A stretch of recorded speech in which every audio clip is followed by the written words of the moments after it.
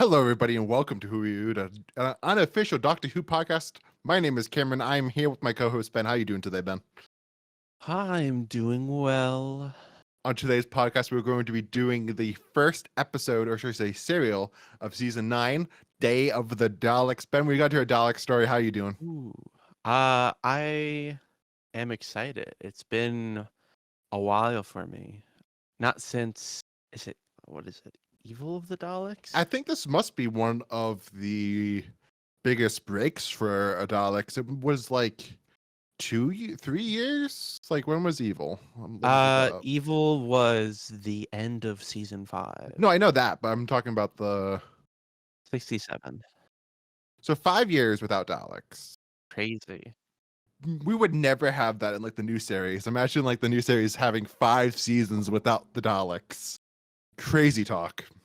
I think this must be one of the biggest gaps between Daleks. You have that big gap in the 70s where from Genesis to Destiny. But I think that must have been only like 3 years.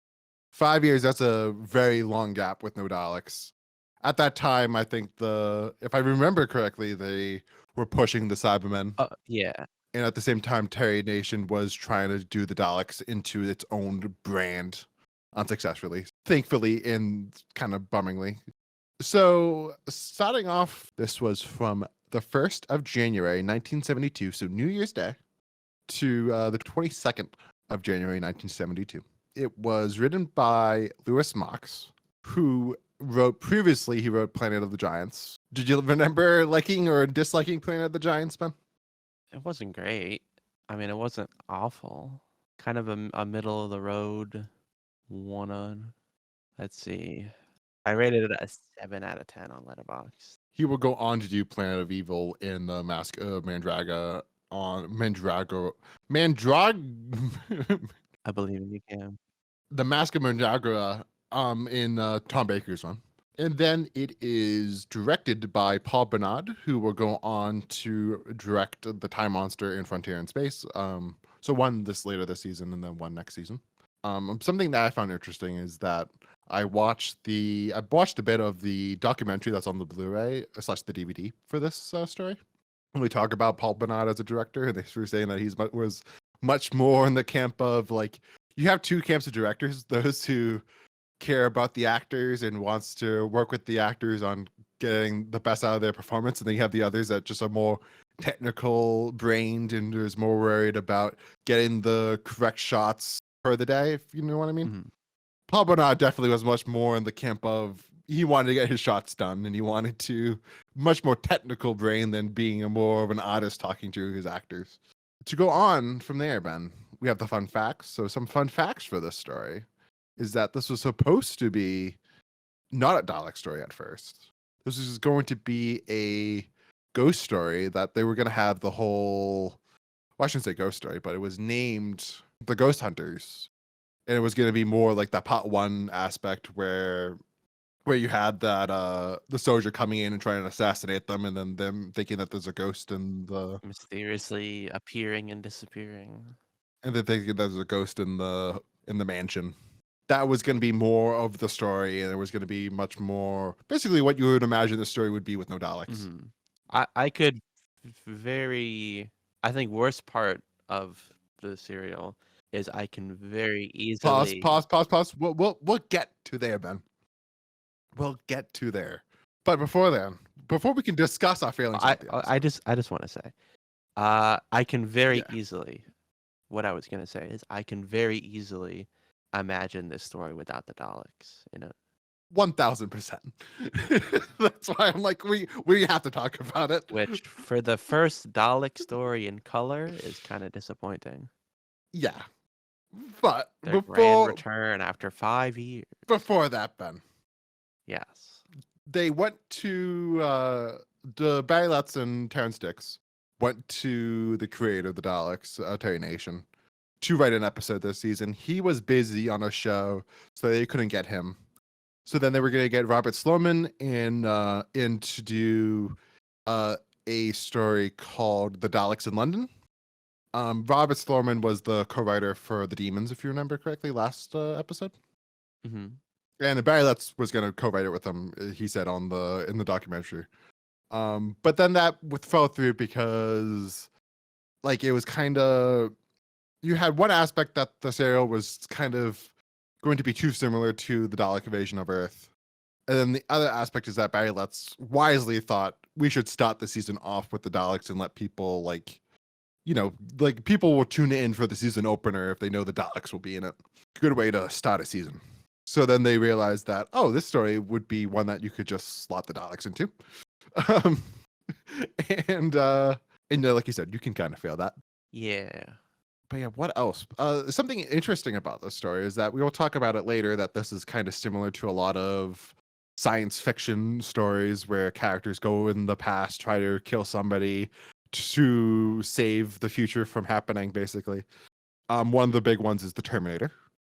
Mm-hmm. Did you ever read the X-Men storyline, Days of Future Past, or saw the movie that came out in 2014? I saw the movie.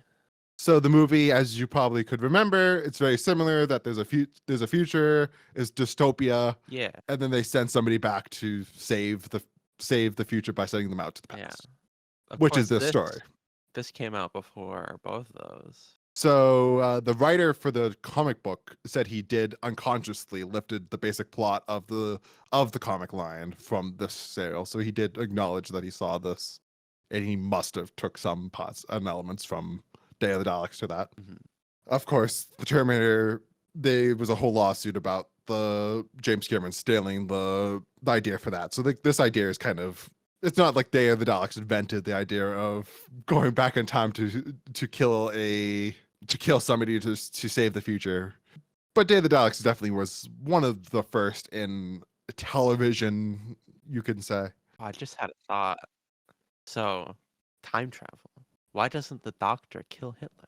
He even said like, "Oh, you remind me of Adolf Hitler." Have you ever have I ever showed you the Norm joke about that? No. There's I a great have Norm not. Macdonald joke that he says that knowing my luck, I will go back in Hitler and I will just fall under his gaze as a baby and then I'll join the fucking party, which is a great joke. Um, but I don't think the Doctor would be afraid of that. No. But it's definitely again, we're talking about a kids' TV show here, man. As a herald of justice. But then again, it's the Aztec things of you can't really mess up with the future because it's like that is like that's a I don't moment know. that is fixed in The time. Doctor is very active about what he feels justified in involving himself in. Like Aztecs is a no-go, but like who's to say that, the colony in space falling was necessary, predestined? Was it the Daleks' involvement in it that made him so that he could change the future for this story, or like was the future for this story not going to happen, and then the Daleks invading them, and then fighting after, since the Daleks found time travel, and then the guerrilla group copied the plans for time travel from the Daleks, and they went back in time again. But like, you're getting yourself into headache territory here.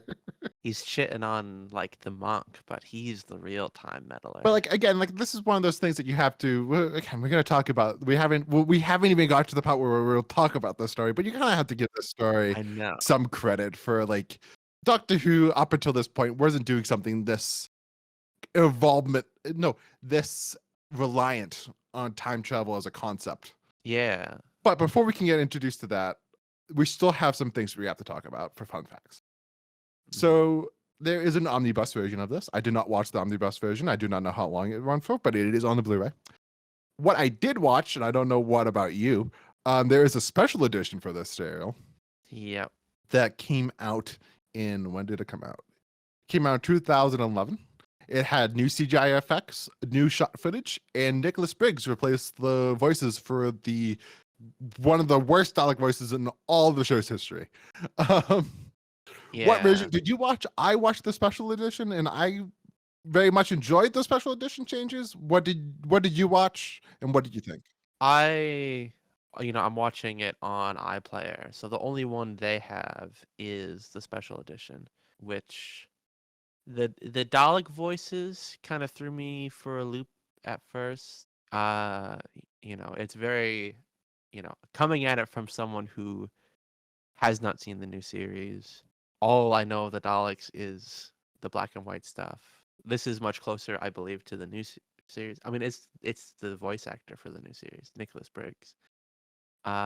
So if it was weird at first, but I ended up liking it. Seeing clips of the old one, I I think this one is better. The CGI, I could probably go without it. I mean, it depends on what it is. Adding just like random orbs and waves to things doesn't, it looks out of place, and like weird, like composited things, like with the control panel. Uh, some of that stuff can look weird. Overall, it's probably an improvement. I don't know. What do you think? See, I think that like the special effects in terms of the guns and like the time travel stuff, I think all that worked and helped my enjoyment of the story. Yeah, I think having lasers on the guns, that looked good. But when we have those shots of the 22nd century, like those would just look like bad CGI shots. Yeah, it's cheap CGI from 20 years ago, so it doesn't look good. Or I 10 years ago? How long did yeah, it ago? it's 12 years ago. 12 years ago. I liked the Nick Briggs Dalek voices. After hearing some of the voices from the original, those original Dalek voices had no emotion going on in their performances. They were very much like the most boring Dalek sounding. I mean, most boring sounding Daleks I've ever heard. So I think that was a big improvement. Something that I found interesting is I found out that when they did record it, they did not use like the modulator that Nicholas Briggs usually does for the Daleks.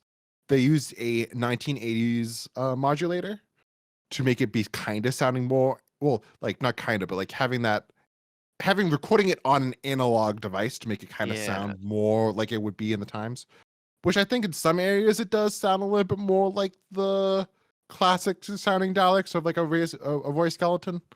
But then in others, it's kind of like, no, this is just kind of sounds like the new series Daleks. yeah. I saw a snippet of like behind the scenes stuff, and I saw the newly recorded, what the little bit of newly recorded footage they did on old uh hardware as well, which is pretty cool. I think makes it more authentic. They did a great job, I would say, merging the footage of the newly shot stuff with the old stuff. That I thought like the color grading and like matches pretty accurately. Because those film stocks would be completely different from the two eras, so like they wouldn't look automatically the same out of camera. So I think that the team did a great job matching between the two. And I think that what was I gonna say? I think I probably had much less of a hard time with the new voice than someone like you would. Because I'm familiar with Nick Briggs doing Daleks. That kind of just sounds like they just sound like the Daleks to me. Being a new Yeah, series fan and also being a big Finish fan, like that's just how the Daleks sound. But I would imagine for you having that, especially just having like the 60s version of the Daleks in your mind and then going to this would be like kind of jarring at first. yeah, It's kind of a disappointment also in some ways because Evil the Daleks has arguably some of the best Dalek voices in the whole series. The Dalek voices in that are so perfect, and especially like Roy Skeleton's version. I believe he's the one who does all of the human factor Daleks, and those Daleks with the high pitch is just like is just perfect. oh yeah, really good in that one. um, And like the humanized no, that's what I was Daleks. saying. Dizzy Daleks. Like that's Roy Skeleton, and he's just he comes back to voice the Daleks next episode of with the Daleks, so don't worry. That's good. But yeah, this was the one time that those actors let me get their names. Where were their names? There were Oliver Gilbert and Peter Messeline. This is the only time that they voiced them, and they never returned to the series. But yeah, is like I'm trying to think of any other fun facts we could do, but I think we should just get into it. Ben, what do you think of Day of the Daleks? It Do we usually talk about action figures Oh yeah, we first? never. Oh, thank you, Ben. So action figure wise, sadly, like I'm not gonna have you play the game this time because it's kind of obvious. Sadly, we never got an Ogron figure. I think that would have been a cool figure to for them to make. I'm surprised. So the only things, as you could imagine, we have the Day of the Daleks, and that's it. Mhm. So it's like, well, Ben, there's a Dalek 2-pack. Which ones do you think Alright. there is? Like, but I Yeah. just so we have a space to talk about that. I do love the look of the Daleks in this serial. I love the gold like main Dalek, and then like his two like of that gray and blue look. That's kind of like that. I think of it as the Genesis of the Daleks look because that's the serial that like I just picture those Daleks and I think like it's a good way for them to adapt the 60s versions into color. What did you think of the Dalek designs this episode? They were good. Being in color, I almost half expected them to look like the Daleks from the like Peter Cushing movies, where like blues and reds, but they keep it pretty low key, and they look good. I would imagine that the new series that like maybe Russell was a big fan of the gold Dalek in this because then in his series when he brings the Daleks back he makes them bronze, which is kind of similar to the Mhm. gold in this one. Um, but yeah, that's all with the action figures. Ben, I think it's time for your topic. Okay. I have two questions for you. Hit me. Uh, what was the Keller process for a question about a past The serial? color process. Ooh, ah, Yeah. ooh. Fuck. I'm trying to think because like I am gonna say Broadly, it's not. It doesn't go into that specific. I'm just thinking of just what the serial it's in. Is it in the Mind of Evil? You don't even remember what cereal? Yeah, it's the Is it Mind of not? Is it Evil. just not the color? Is that it's color machine, right? Like that's the machine, and the yeah, it just makes them Yeah. like What does it it just do? makes them remove their like fares of anything, right? Wasn't that the premise? It just made it just made them like fucking it killed them. It Uh, just made them like basically lobotomize them. yeah. That's what it ended up doing. What was It the was that it was just intention like behind I it thought it was just removed their originally? like their fares, or was it to their bad thoughts? That's Yeah, what it was. it's their evil. It's a revolutionary method of reforming hardened criminals by extracting the evil from their minds. The invention of Professor Keller, See, I got aka there the at the end of the day, Master. Ben. I got there. It took me a while. It Uh, took me way too long. We just did yes. that like 3 weeks ago. And for this episode, uh, name the three gorillas who traveled 200 years back in time to kill Sir Reginald Styles. Fuck you, because like I am the worst with names. I couldn't tell you either. Like names like even if it's like a very great drama, I'm still like it has to like a movie or show has to be really good for me to be like, oh yeah, that's character's name. That's a character's name. That's character's name. Oh yeah, I'm the same way. For something like this, where there is not a lot to those characters to begin with, I could just tell you there was a girl, and there was the leader guy in the future, and then there was like the guy that was with her a lot in the past, and then there was the guy that blew them all up at the end. That's what I could tell Yeah. you. What were their names, So Ben? the three of them is Anat, who is the woman. I should have remembered that one. Uh, Boaz, who's the guy who was always arguing with her, saying they should have killed the doctor. And Shura is the third one that initially traveled back in time, who got left behind and is the one who planted the bomb. And then what was the leader's name? It just asks for the three that went back in the past. Looking on the wiki, uh, I don't even know. Oh, something I never talked about, fun facts wise, that I thought was interesting, is remember that scene where the doctor and Joe see like their future selves at the beginning of the story? And you Yeah, kind of are wondering, oh yeah, we're gonna see that at the end of the serial, and it's gonna be like a I was setup and wondering. payoff. So Was that originally part of the plan when it was the ghost hunters? originally the serial did have a scene where it ended with that moment, but then it was cut. Damn, But it is in the Target novelization. that's good. So I thought that was interesting. That it is kind of a weird moment where you kind of just while you're watching it for the first time, you're going, "Oh yeah, this is totally going to be set up, and it's going to be like a." I remember, I distinctly thought of the Rick and Morty episode. I don't know if you remember it, where it ends with them telling their future selves that they have to clean up the mess. Is it the one with the snakes? Yeah, yeah, it's like they have to like they tell they go back in the future to tell their previous selves that they had to clean it up and like I don't know, I forget what it even was, but something like that. That is time travel. It's a setup and payoff. Yeah. That I was thinking it was something like that, but then it's just never goes into it. Wow. That is one of the novelizations I own, so I'll have to get back to you on that. And like we'll discuss it, but I think this one would work very well in a novelization Mm. because there's a lot of moments in this where the budget was kind of hindering it. But Yeah, I before we feel can like get into that, Ben, okay. what did you think of Day of the Daleks? I thought it was good. Uh not amazing, sadly, for the first Dalek story in color. The Daleks just didn't really have that much of an impression. They were just kind of in the background, which I could see maybe they're trying to do something similar like what they did with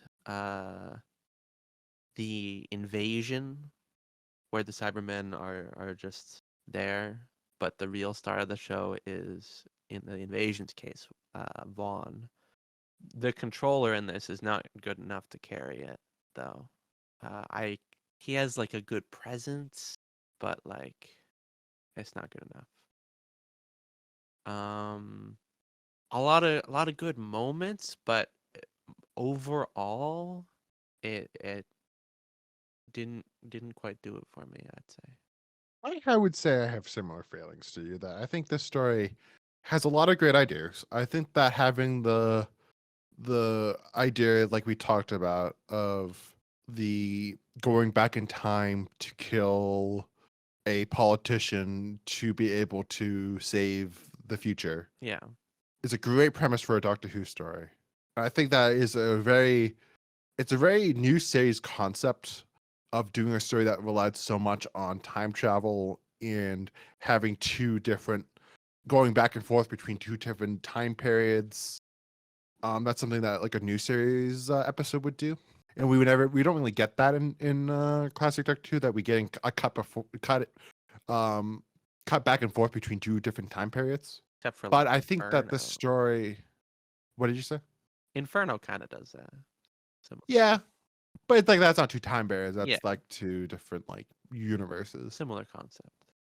I think that the story's one of the weaknesses is the Daleks. That the Daleks is just you're going in it and you kind of wanting you're going into it wanting a Dalek story, and you don't really get a Dalek story.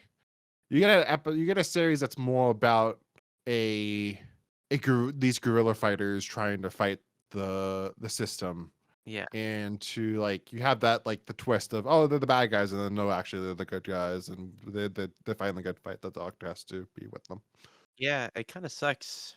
I'm writing down the cliffhangers for the episode, and all the cliffhangers are just the Daleks yelling "exterminate," I was thinking that and that's pretty much all they do. in my notes it was oh my god, the Daleks over and over again for cliffhangers. Like, yeah, pretty much. It brings up a good question that we can talk about: is that would this story overall be better without the Daleks? I mean, it depends on what you would replace it with. If it is like Ghost Hunters, maybe.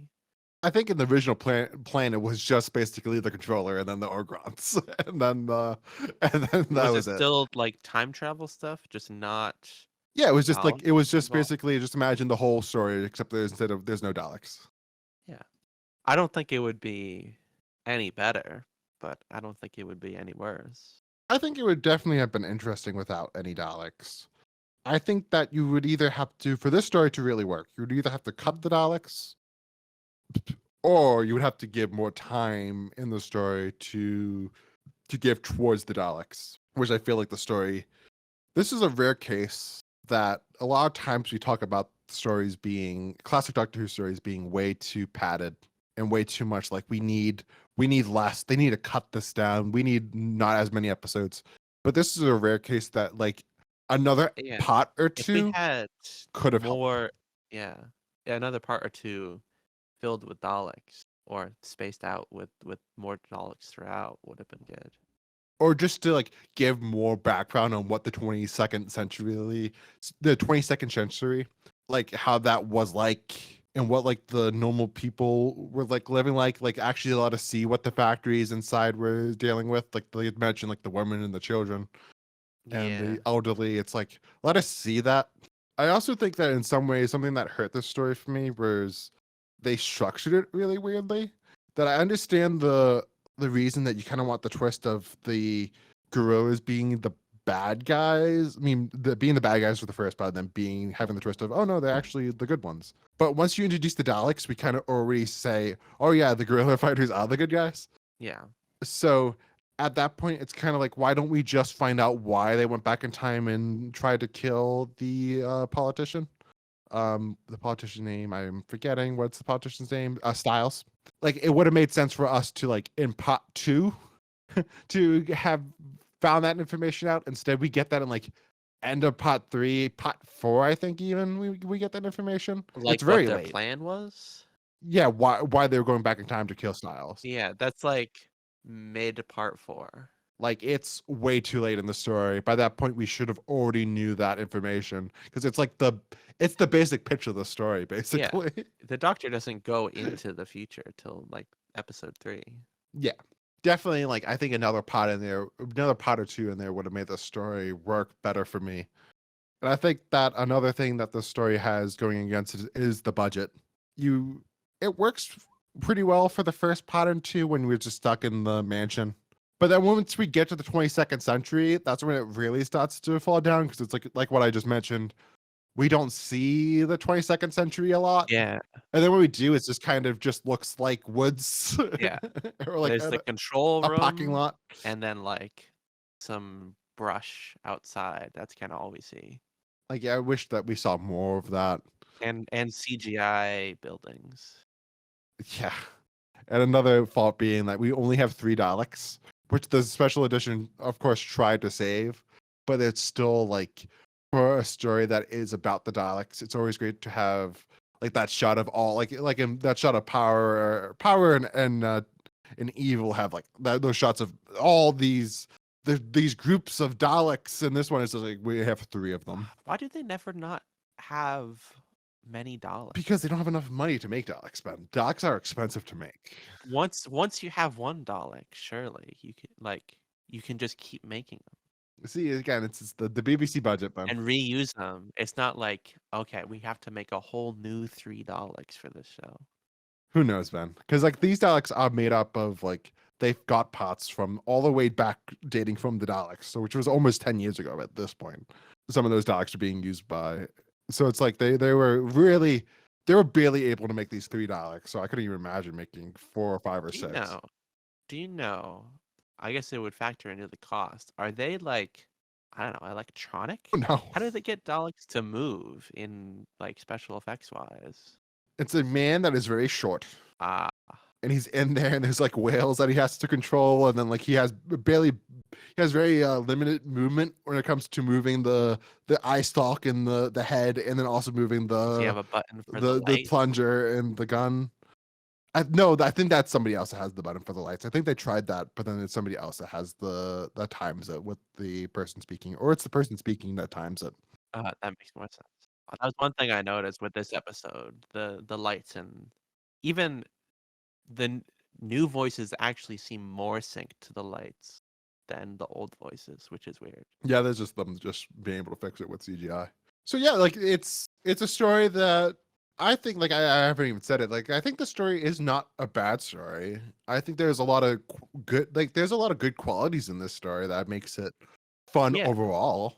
But when we're talking Mhm. about like like Dalek stories have like this. When we have these Dalek stories that are some of the greatest episodes of Doctor Who, this one kind of falls by the short. Like it kind of is the short end of the stick, if that makes sense. Yeah. Yeah, I'm trying to I'm thinking back to all the Dalek stories. It's probably the worst one of the lot. I don't maybe, I don't know. I don't really like just the original the Daleks that much. But even then, it's probably still down there. Would you agree?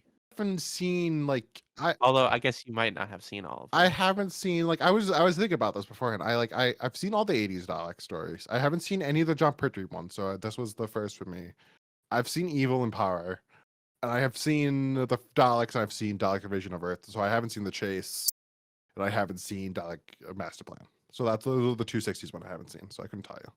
Yeah. But like I know for reputation wise that this one is not even considered to be the worst John Pertwee Dalek story, which we'll get into later on with the polls. Hmm. But yeah, it's like this one in the fandom, if you're curious at all, like it has kind of a mixed reputation of like some people love it for what it is, which is like this story that embraces time travel. And then there's others that kind of more similar to us that kind of are just like, yeah, it's kind of going too much for it, and there's not a lot of Daleks in the story, and it's kind of Yeah, I could see someone really liking it, yeah. but not me. So what else is there to talk about? Let's talk about Pertwee in the story because this is doctor. The doctor does some things in the story that's very some doctors would not do, right? And Yeah. what I'm saying is the first moment that brought to mind was the moment where he drinks wine. I was just about to bring that up. Uh yeah. He drinks wine on multiple occasions, which in the Doctor Who story I hate the most that I've seen is the gunfighters with the first Doctor. I hate that story. But the one line I remember is he gets offered alcohol to take the edge off of getting his tooth pulled with rusty pliers by an outlaw. And he said, "Oh, I don't touch the stuff." So I guess, I don't know, is the third Doctor just different? Or is wine just like he's a gentleman and it's not like whiskey, it's a gentlemanly drink for refined palate? See, in my head canon, I think that each doctor when they regenerate gets a different palate. So like I think like because like I could never picture like Patrick Troughton drinking No. alcohol. Like he has like that kid spirit in him that I feel like if he would have a taste of it, he would just spit it out. And there's a great scene where I think it's Christopher Eccleston takes a sip of alcohol and he just spits it right out immediately. But then like I picture like the new series like David Tennant would drink alcohol, and I think there's a scene in I know there's a scene in the Matt Smith era that Matt Smith drinks alcohol. But then like there's other doctors that I could never imagine drinking alcohol, like Troughton or like I could imagine like Jodie Whittaker's doctor drinking alcohol. But I think it fits Pertwee's doctor being like one this more human doctor Yeah. enjoying the a human like one of the human Pleasure. I was gonna say one of human's greatest inventions, but like a very human a very thing that makes you I don't even know how to describe it. Like something that's core to humanity in a way is alcohol. Although he also says he has like a basis for comparison. He says it's a good human wine. So he's had wines all from all kinds of planets, supposedly, in his past. But I think it works for Pertwee that he's somebody that likes a good vintage wine and some cheese. Yeah, just wine though. I couldn't see him doing anything Oh no, else. He no. has a moderate amount of wine and appreciates the flavor and all the intricacies, but doesn't ever get drunk. The bouquet. But then he does another thing in this story that he kills a couple of Ogrons, I should say. Did that those particular moments stand out to you? I did think it was weird, using a gun and killing aliens, which I don't know. Maybe I'm a little desensitized to.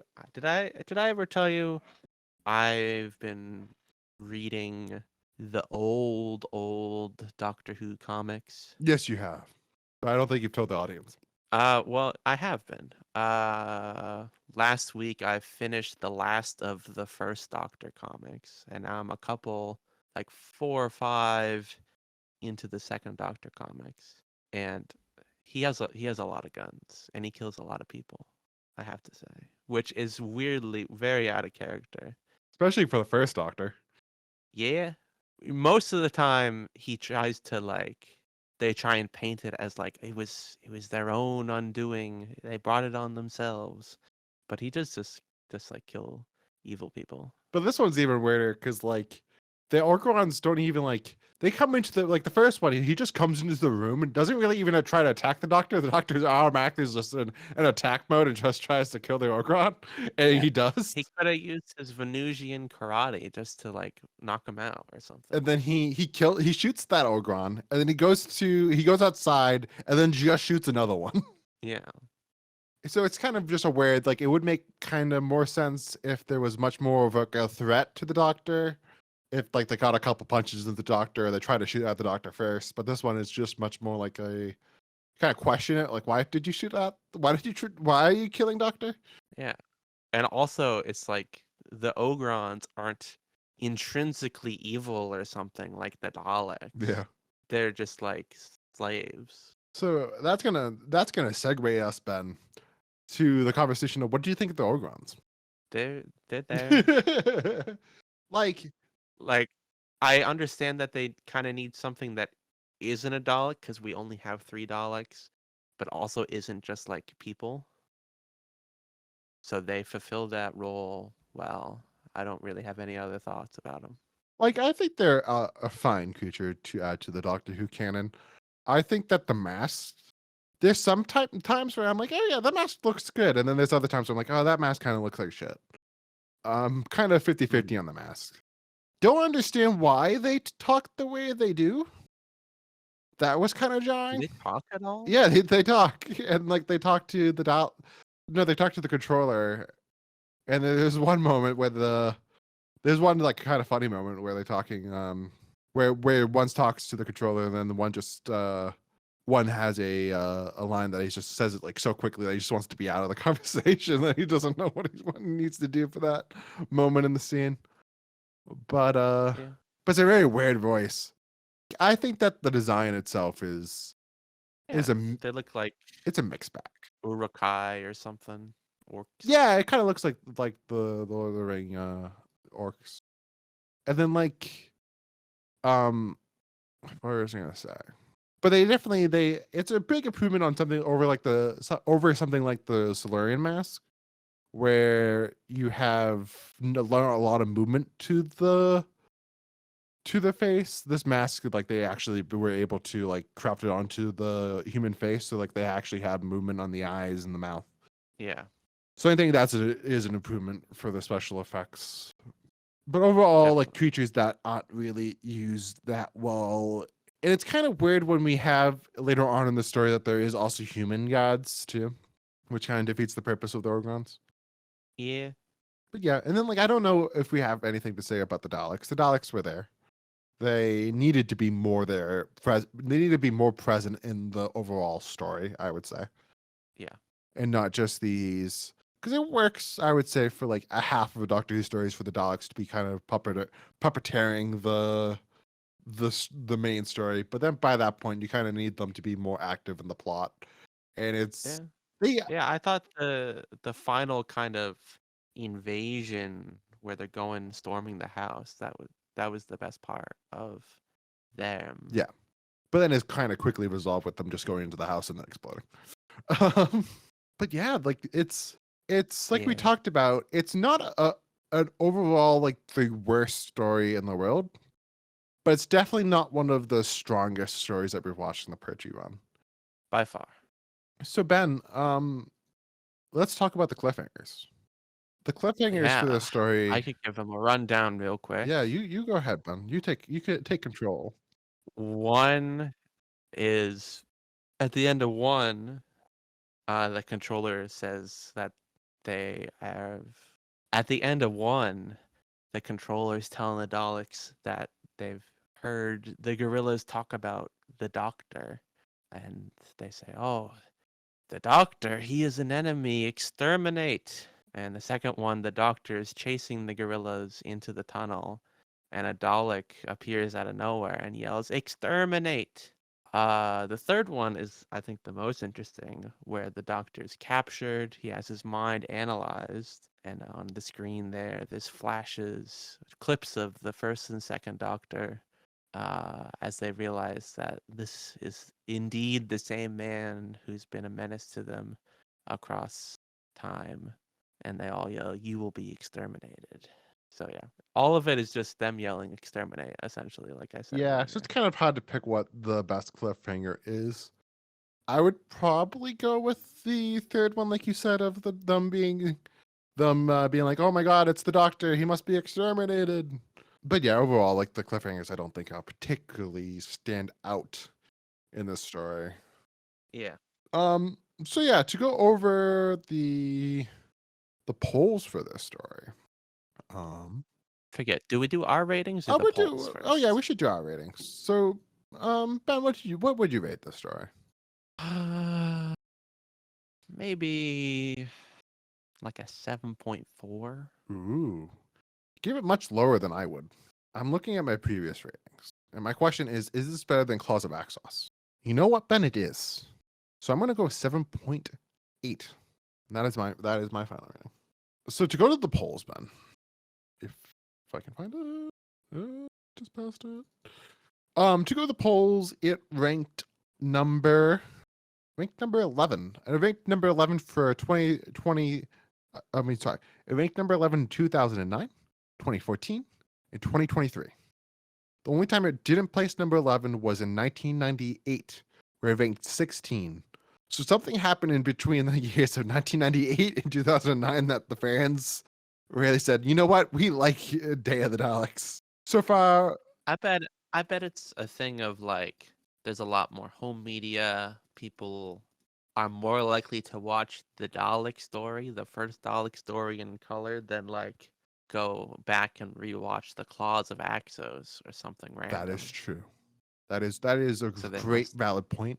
I was gonna mention the point of I would imagine maybe that at that point maybe a lot of the fans were in the fandom, they maybe read the target novelization and they had this vision in their minds of the 22nd century, and they had the visions of the factories, and they had the visions of the final battle at the mansion.